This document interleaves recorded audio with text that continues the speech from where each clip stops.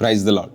మరి ఒక ఉదయం మనం ఈ విధంగా కలుసుకోవడానికి దేవుడు మనకు అనుగ్రహించిన మహోన్నతమైన కృపను బట్టి దేవాతి దేవునికి కృతజ్ఞతాస్తుతులు చెల్లిస్తున్నాను. ఎలా ఉన్నారంతా? ప్రతి ఒక్కరు బాగున్నారని ఆశిస్తున్నాను. ప్రతిరోజు దేవుని యొక్క మాటలను మనం ధ్యానించాలి.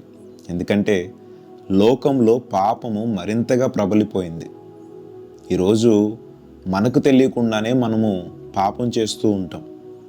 ఏదో ఒక ఆలోచనలు కావచ్చు, లేదంటే సినిమా పాటల ద్వారా కావచ్చు, లేదంటే నీ పక్కన వారు నిన్ను ప్రభావితం చేయడం వల్ల కావచ్చు.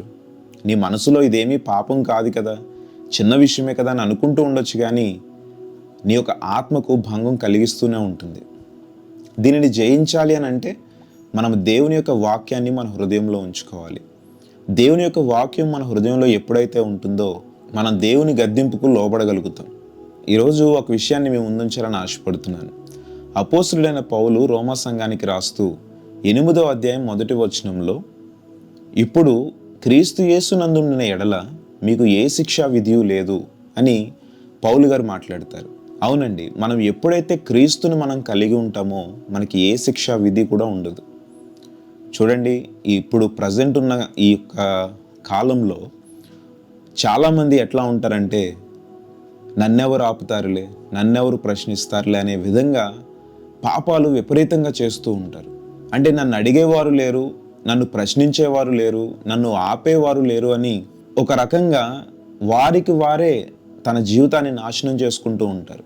ఈ లోకంలో ఉన్న అధికారులు కావచ్చు, లేదంటే ఈ లోకంలో ఉన్న తల్లిదండ్రులు కావచ్చు, లేదా నీ భార్య బిడ్డలు కావచ్చు, లేదా నీ భర్త కావచ్చు, ఈరోజు నిన్ను ఆపట్లేదేమో, ఈరోజు నిన్ను ప్రశ్నించట్లేదేమో, ఈరోజు నిన్ను నిలదీయట్లేదేమో, కానీ దేవాతి దేవుని ముందు మనం నిలువబడి మనం చేసిన తప్పులన్నిటికి ఎక్స్ప్లెనేషన్ ఇచ్చుకునే రోజు త్వరలోనే రాబోతుంది. మరి ఆ రోజు ఎంత భయంకరంగా ఉండబోతుందంటే దేవుని ముందు ఎవడు నిలవలేడట. మనం ఈ జీవితంలో భూమి మీద జీవించిన కాలంలో మనం ఏదైతే ఆలోచించామో, ఏదైతే చెడు తలంపులు తలిచామో, ఏవైతే దుష్కార్యాలు చేశామో, ఏవైతే దురాలోచనలు పన్నామో, ఏవైతే చూడకూడనివి చూసామో, మాట్లాడకూడనివి మాట్లాడామో, ఇవన్నీ కూడా దేవుడు తన ఎదుట ఉన్నప్పుడట రివీల్ చేస్తాడు.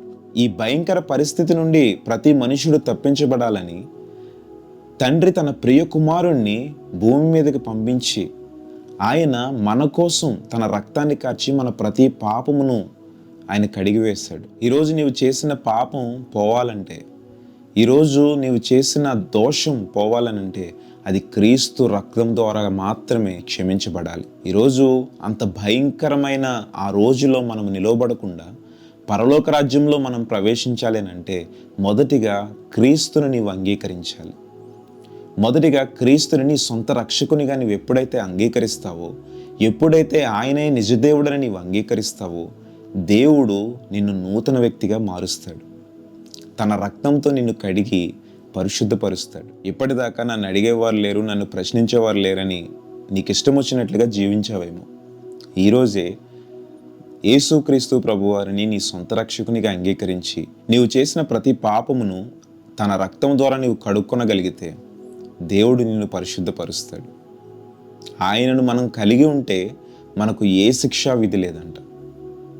మరి యేసును నీ సొంత రక్షకునిగా అంగీకరిస్తావా? ఈరోజే దేవుని సన్నిధిలో మోకరించి నీ జీవితాన్ని ఆయనకు అప్పగించు. ఆయన పరిశుద్ధపరిచి పరలోక రాజ్యపు వారసునిగా నిన్ను నియమిస్తాడు. అట్టి కృప దేవుడు మనకి దయచేయునుగాక. ఆమేన్.